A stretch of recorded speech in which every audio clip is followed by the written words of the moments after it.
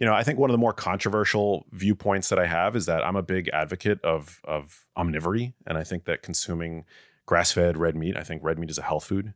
Now, my friend Shira will get very upset because she's a vegan, and I know you say that veganism, you have your theories on that, and explain to me like how you feel about that. Yeah.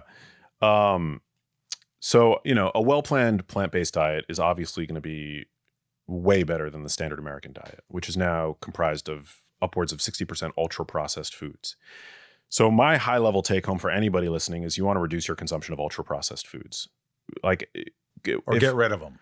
Yeah, get rid of them altogether. Or, that might be improbable today in today's, standard food environment, which now 73% of items at your average supermarket are ultra-processed. So, and it's fine to indulge every now and then and have what I call fun foods. Right. Like, you don't have to be perfect. No single food is going to sway your health in any direction, away from, unless you eat it every day. Unless you're eating it every. And by the way, day. when you go to the deli in a supermarket and you say I'd like a half a pound of chicken breast, that's processed, right? Well, there's a distinction that people need to know between processed foods and ultra processed foods. So yeah, when you slice chicken, you're processing it to some degree. When you blend up blueberries in a smoothie, you're processing those blueberries. But it's not that's not what we need to worry about. It's the it's the foods that you couldn't possibly make in your own kitchen if you tried. Those are the ultra processed foods. Like bologna. That's or a hot dog. Yeah, you want to avoid those. Yeah. Right. Yeah, you want to avoid the ultra processed foods to the best of your ability.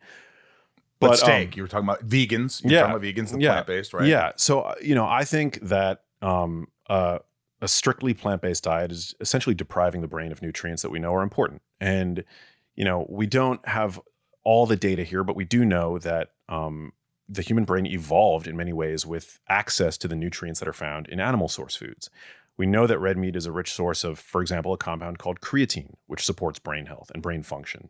You can easily supplement with creatine, but I don't know how many, vegans and vegetarians are actively doing that. And there's a whole swath of nutrients that might not necessarily be essential that are found in animal source foods, but that might be conditionally essential. For example, glycine is a conditionally essential amino acid that's found in collagenous tissue. And animal source foods are, by and large, the most high quality sources of protein available. And when you consume more protein, you're supporting your musculature, which becomes incredibly important as you get older. Fighting off frailty is I think should be mission critical for aging well today, particularly in the Western world. Consuming high quality, especially if you undereat protein, as many older adults do, protein quality becomes crucially important. Now, if you're consuming enough protein quality doesn't seem to matter so much, but that's going to entail utilizing protein supplements as a person on a plant-based diet. You've got to use protein supplements. Can you eat a steak a day if you wanted? I eat red meat every single day. Every day? Yeah. And is it a certain type? Is it grass-fed? I try to go for grass-fed, but Where can you get grass-fed meat? You go to like Whole Foods? Yeah, you can get it. I mean, yeah, but obviously we live in Los Angeles, so we're very privileged, right?